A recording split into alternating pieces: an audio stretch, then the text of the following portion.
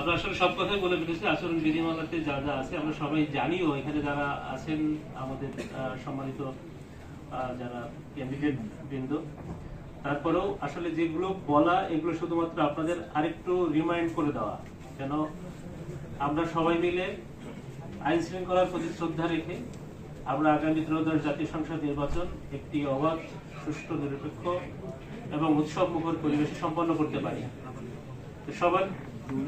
সবার কাছে আমার প্রথম যেটা, যে আমরা সবাই আইনের প্রতি শ্রদ্ধাশীল থাকব। এই শ্রদ্ধাশীল মানসিকতা যদি থাকে তাহলে আমরা যে কোনো ধরনের অনাকাঙ্ক্ষিত পরিস্থিতি আমরা এড়াতে পারবো। প্রার্থীদের মানসিকতার মধ্যে যদি এই আইনের প্রতি শ্রদ্ধার মানসিকতা ঠিক থাকে তাহলে সবাই জানি যে একই জায়গায় একই সময়ে জনসভা হলে একটা অনাকাঙ্ক্ষিত পরিস্থিতি তৈরি হতে পারে। মুখোমুখি দুইটা মিছিল যাওয়া আসা করলে অনাকাঙ্ক্ষিত পরিস্থিতি তৈরি হতে পারে। অপর প্রার্থী বা অপর প্রার্থীর সমর্থকদের উদ্দেশ্যে উস্কানিমূলক বক্তব্য প্রদান করলে অনাকাঙ্ক্ষিত পরিস্থিতি তৈরি হতে পারে। একজনের পোস্টারের উপর আরেকজনের পোস্টার সেটে দিলে সেটাও অনাকাঙ্ক্ষিত পরিস্থিতি তৈরি হতে পারে। তো কি এই ধরনের অনেক বিষয় আছে। সেই বিষয়গুলোর প্রতি যদি আমাদের প্রার্থী মহোদয়দের আন্তরিকতা থাকে তাহলে আমরা আশা করব ওনার সমর্থকদের সেই আন্তরিকতা তৈরি হবে এবং আমরা আগামী এই যে সময়টা 12 তারিখ পর্যন্ত, এই সময়টা তফসিল ঘোষণার পরের থেকে যেভাবে শান্তিপূর্ণভাবে চাঁপাইনবাবগঞ্জ রয়েছে একইভাবে আমরা থাকতে পারবো এবং একটি শান্তিপূর্ণ ভোট অনুষ্ঠান অনুষ্ঠিত করতে পারবো। ভোটারদের প্রতি কোনো ধরনের যেন ভয়ভীতি প্রদর্শন না হয় সেই ব্যাপারে আমি সবার আন্তরিকতা কামনা করছি।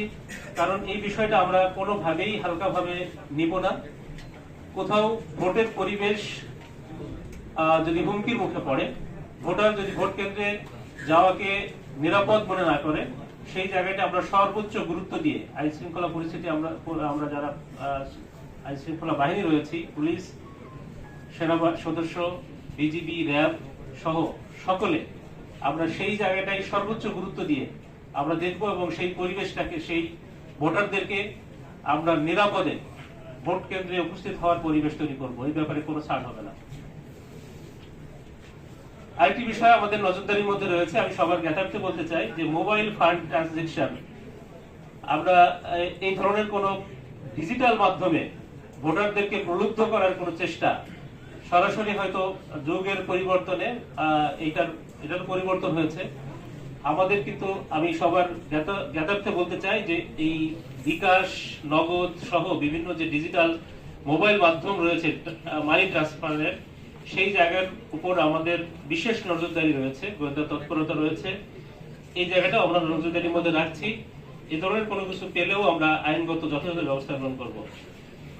আরেকটা অনুরোধ করব যে আমাদের চাঁপাইনবাবগঞ্জের রাস্তাঘাট, আপনারা এই অঞ্চলের বাসিন্দা, আপনারা জানেন যে আমাদের রাস্তাঘাট খুব বেশি প্রশস্ত নয়।